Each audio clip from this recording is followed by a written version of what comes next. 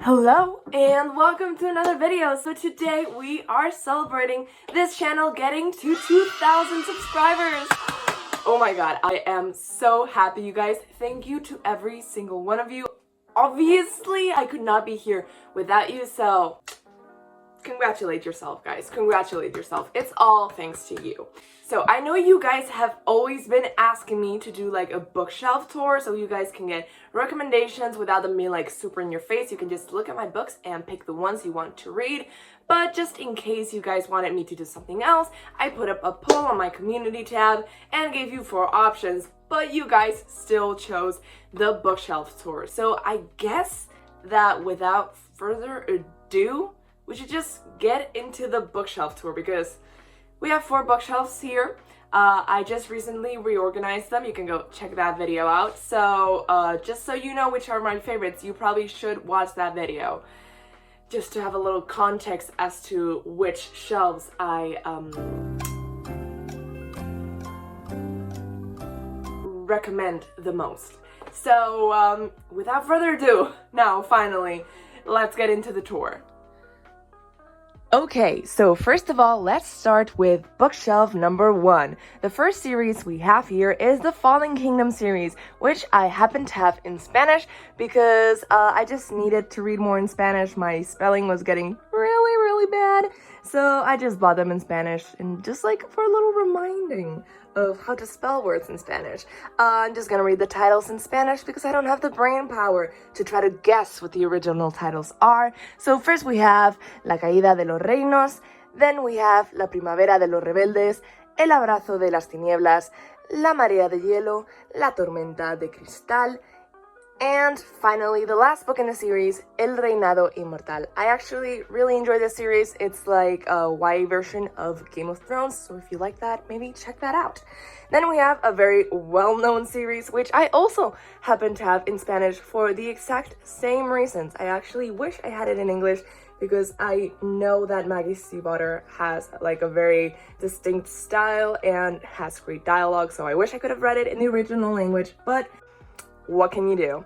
Obviously, the titles are also in Spanish. So we have La Profecía del Cuervo, then we have Los Saqueadores de Sueños, El Tercer Durmiente, which is actually Blue Lily, Lily Blue. I do not know how they got to that title in Spanish because it has nothing to do with it. And finally, we have El Rey Cuervo. And then we have the Kiss of Deception series, which is first of all, centered on romance and then centered on a lot of things. And then we have The Kiss of Deception, The Heart of Betrayal, and The Beauty of Darkness, which leads us to The Rebel of the Sands, which consists of Rebel of the Sands, Traitor of the Throne, and Hero at the Fall. I really like this when I first read it. It was a long time ago, so I don't really know if I would like it still now. And then we have the Scythe series, which consists of Scythe, Thunderhead, and the Toe, which is for some reason way taller than the other ones. I hate it. And then we have Legendborn, which is one of my favorite books of the year. Then we have a little random, The Hate U Give, just because it did not fit on my contemporary shelf anymore. And finally, we have The Invisible Life of Addie LaRue in large print. I will never forget my mistake. Then underneath that, we have my favorite series of all time, which starts with the Illuminae files, which consist of Illuminae, Gemina, Obsidio. You guys know I love that series. Then we have the Aurora Cycle, which consists of Aurora Rising, Aurora Burning, and this year, Aurora's End, which, yes, it does sound menacing. I am scared. And then we have the Shadow and Bone trilogy, which is not my favorite, but it's Leigh Bardugo and it's a Grishaverse, so it had to be here. And that's Shadow and Bone, Siege and Storm, and Rune and Rising. We move forward and we get to the Six of Crows duology, probably my favorite duology of all time, without the probably, and that consists of Six of Crows and Crooked Kingdom, which moves us to the King of Stars duology, which consists of King of Scars and Rule of Wolves. I know they don't match, don't come for me, I come for myself already. And then we have the Carry On series, which consists of Carry On, Wayward Son, and Any Way the Wind Blows, coming out this summer. I'm so excited. And then we get to a very big shelf, which I obviously love, and that's my Rick Riordan shelf. The first book we have here is Percy Jackson's Greek Gods, which is an illustrated book that talks about the gods, like backstories, yeah, they're mythology. And then we have Percy Jackson's Greek Heroes, which does the same, but with Greek heroes. And then we have the illustrated version of Percy Jackson and the Lightning Thief. I have not read that version yet, but the next time I do a reread, I'm thinking about using that version. And then we have my favorite series of all time, Percy Jackson and the Olympians, which obviously consists of Percy Jackson and the Lightning Thief, Percy Jackson and the Sea of Monsters, Percy Jackson and the Titan's Curse, Percy Jackson and the Battle of the Labyrinth, and Percy Jackson and the Last Olympian, which leads us to the Heroes of Olympus, which consists of the Lost Hero, also, I don't have it here, the Son of Neptune, and then the Mark of Athena, the House of Hades, and everyone's favorite, the Blood of Olympus, which leads us to the Trials of Apollo series, which starts off with a Hidden Oracle, then the Dark Prophecy, the Burning Maze, everyone's favorite as well, the Tyrant's Tomb, and the Tower of Nero, the final book in the Percy Jackson verse for now. And then we have Magnus Chase and the Gods of Asgard, which consists of the Sword of Summer, the Hammer of Thor, the Ship of the Dead, and then we have some of the companion novels. I know the King Chronicles should be there, but they're not. This companion novel I have is the Demigod Files, then Percy Jackson and the Olympians, The Ultimate Guide, then Camp Half-Blood Confidential, which is probably my favorite. Then we have the King Chronicles Survival Guide, then the Heroes of Olympus, the Demigod Diaries, and finally Demigods and Magicians, which leads us to the next shelf.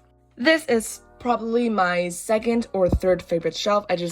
I'm in love with it. I love rainbows, so this is perfect. And it's a very nice way to showcase my contemporaries because I don't have a lot of them.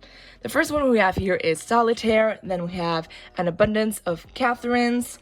Then Simon versus the Homo Sapiens Agenda. And then a recent addition is Honey and Issues Guide to Fake Dating, which I love and would definitely recommend. Then we have Daisy Jones and the Six. That's our first adult book. Yay. Then What If It's Us?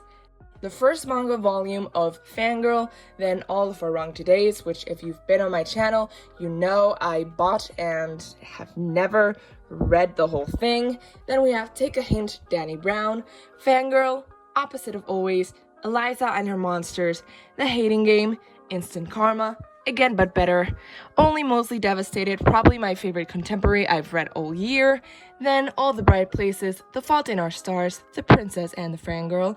I have a whole reading block for that. It was a lot of emotions. Then Cinderella is Dead, Aristotle and Dante Discover the Secrets of the Universe, You Should See Me in a Crown, Geekerella, Loveless, which I love, Anna and the French Kiss, Red Wine and Royal Blue, probably one of my favorite contemporaries ever, and finally Moxie and One Last Stop, which is the book that I am currently reading. Then we get to what's probably the second ugliest shelf on bookshelf number 1, which is the Cassandra Clare shelf. First of all, we have the Infernal Devices trilogy, which starts with Clockwork Angel, then Clockwork Prince, and finally Clockwork Princess. That leads us to the Mortal Instruments, that consist of City of Bones, City of Ashes, City of Glass, City of Fallen Angels, City of Lost Souls, and ends with City of Heavenly Fire, which leads us to the Dark Artifices, which consist of Lady Midnight, Lord of Shadows, Queen of Air and Darkness, which leads us to the Last Hours, which starts with Chain of Gold, and the next book is Chain of Iron, and the next one is going to be Chain of Thorns, I believe. And the last Cassandra Clare book that I own is Tales from the Shadowhunter Academy. And then I have just like a bunch of stuff that is not really well organized, so let's move on to the last shelf on bookshelf number 1. And this is the number 1 ugliest shelf on this bookshelf. And first of all, we have the Gone series, which I love, but it's ugly because all the covers don't match, so it's there. And it starts with Gone, Hunger, Grant, Plague, Fear, and finally Light. This could be considered middle grade, but it's actually not. I would say it's for everyone. It's very creepy and scary, and there's very high stakes, so please read into it before you pick this one up, because Stephen King has said he liked this, so make of that what you will. And then we have my paperback version of Illuminae, because it didn't fit on my rainbow bookshelf anymore, of Fire and Stars. The Children of Blood and Bone. I think it's going to be a trilogy, which consists of Children of Blood and Bone and Children of Virtue and Vengeance. Then we have the Renegades trilogy, which consists of Renegades, Arch Nemesis, and Supernova. And then we have Camp Jupiter Classified, because it's my least favorite novella. And then we have the King Chronicles, which obviously consists of the Red Pyramid, the Throne of Fire, and the Serpent's Shadow. Which leads us to my least favorite Magi Stiefvater series that I've read so far, and that is, I don't know what it's called, but it consists of Call Down the Hawk and Mr. Impossible, which leads us to two J. Kristoff books that I will never be picking up again, called, in Spanish, Tormenta and Imperio. I know the titles are super different in English, so I can't even start to guess what they would be. But moving on to bookshelf number 2, we first have a lot of comics and graphic novels, starting with All That's Out from Heavy Vinyl, then the first volume of Paper Girls, the first 2 volumes of The Avant-Gardes, the first 6 volumes of Lumberjanes, the first 6 volumes of Giant Days, and the first 3 volumes of Fence.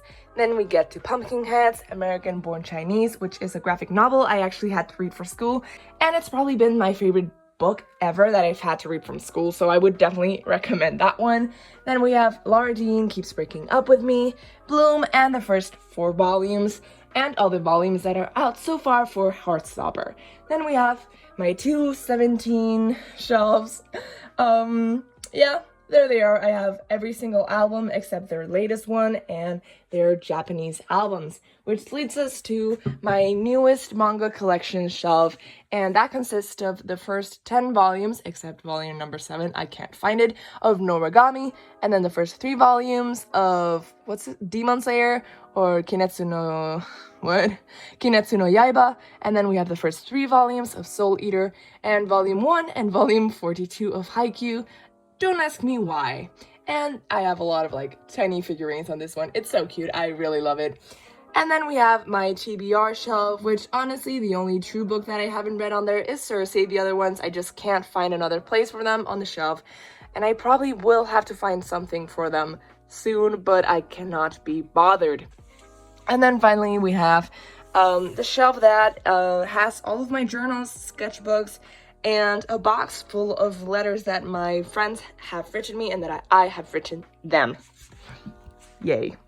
And then we have probably what's the most organized and aesthetically pleasing bookshelf, and that's bookshelf number 3.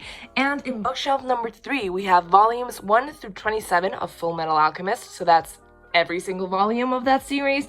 It's my favorite anime and manga of all time, so that's why it has that place of honor. And then we have volumes 1 through 27, so that's everything that's out in Spain so far of Boku no Hero Academia.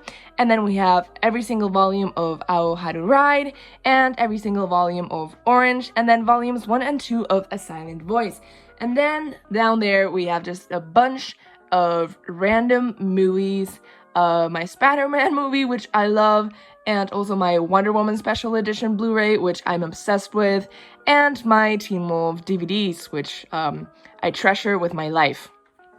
Finally, we have bookshelf number 4, which I call the ugly bookshelf in my mind, just because I can't really see a lot of it, because my bed kind of hides half of it. But the first shelf we have here is my nostalgia shelf, which consists of the Lunar Chronicles, which are Cinder, Scarlet, Cress, and Winter.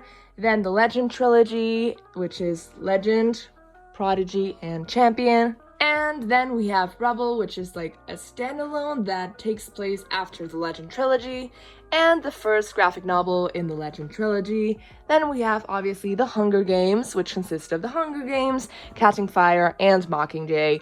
Then we have The Darkest Minds Never Fade in the Afterlight series, which consists of those 3 books. Then we have To All the Boys I've Loved Before, P.S. I Still Love You, and Always and Forever, Laura Jean. Then we have my really beat up copy of The Host. And then we have the first 2 books in the Fifth Way trilogy, which consist of The Fifth Way, The Infinite Sea, and a book that I have never read. It's something about The Last Star or something like that. And then we have like a bunch of comics. Some of them are randoms that I've gotten for free, but most of them are the Super Sons and the Adventures of the Super Sons, which happen to be my favorite comic series ever that they canceled, of course. And then we have a Teen Titans one. We have a bunch of Teen Titans one with different characters. Then we have my second favorite comic series of all time, which is The Runaways. I have the third one missing because I cannot find it anywhere. And then we have Wonder Woman, Warbringer, and the Teen Titans series by Cami Garcia and Gabriel Piccolo, which I've been loving, and one of those is signed. Then we have Black Canary, Fire, and the first comic in the Avatar: The Last Airbending comic book series, which is too expensive to buy more than one. Then we have a Batman comic, the first Witch comic, and a lot of comics from a Spanish book that was adapted into comic book form. And then we have my Astro albums, The Boys albums, 101 albums, some really special magazines because they have either Tom Holland or Gal Gadot on the covers. Then we have Passenger and Wayfarer, which I'm thinking of giving away sometime soon. And then we have the Maze Runner series. It's not a trilogy because it has a prequel, so it has The Kill Order, The Maze Runner, Scorch Trials, and The Death Cure. I spoiled myself for what happens in The Death Cure, so I never read that book. Yay. And then we have Endgame, which starts with Endgame, the complete Zero Line Chronicles, then Endgame, The Calling, Sky Key, the Endgame novel, and Rules of the Game. I would not recommend reading Endgame. I would just not. And then we have Irish Shaw and The End of Time. And then we have my weird books. Finally, we have The Lowest Shelf, which I don't even know how I'm gonna show this. First of all, we have Witch Child. Then we have The Long and the Short and the Tall, which I feel like you're gonna be able to guess which ones I had to read for school. Then we have Looking for Alaska. And I can't even see it. Crime Never Pays. Obviously for school. Then we have El Camino, Lord of the Flies, The Three Theban Plays, A Tale of Two Cities, a very horny book from Norma Roberts, Purple Hibiscus, The Tempest, Fantastic Beasts, and Where to Find Them. I hate that book, but it was a gift. The Young Elites. Then we have The 100, Homecoming, and The 100, Day 21, Zodiac, a book that I bought on impulse and never read. Then Fahrenheit 451 and An Ember in the Ashes. Manuel Villas, a book that my grandma gifted me and I never read. You Can Write a Novel and Becoming a Writer, back from when I had hope about a different career. Then we have Harry Potter and the Cursed Child, a book that I also hate, but it was a gift. Then we have The Da Vinci Code that I actually started reading on the beach, but I hated it. Then we have Pour une veille les deux yeux, which is a French book that my grandma gifted it that I never read, which leads us to C'est moi qui ai le professeur, another French book that my grandma gifted me that I never read. Then we have Divergent, To Kill a Mockingbird, the first two books in the Selection series, which are The Selection and The Elite, I'm guessing. And then we have Through the Dark, which is a bind-up of the Darkest Minds novellas that I never read. And then we have the first two books in the Mystical series and the Julius Caesar Shakespeare play. And that is everything. So that was a lot of books. I probably should have counted, but last time I did, it was like around 200, 300 books, so a lot of books. I hope you guys liked the tour. I hope it was comprehensive. I tried not to go into too much detail, just like with the titles, because it could have gone on forever if I talked about every single book. So yeah, please leave a like if you like this video. Comment down below which book are you thinking about picking up in the future, and subscribe if you haven't already. Guys, our next goal is to reach 2,500 subscribers, so let's get on that. Click that bell button so you get notifications every time I post a new video. I post videos twice a week on this channel, so that's every Monday and Friday. And I guess I'll see you guys next time. Bye!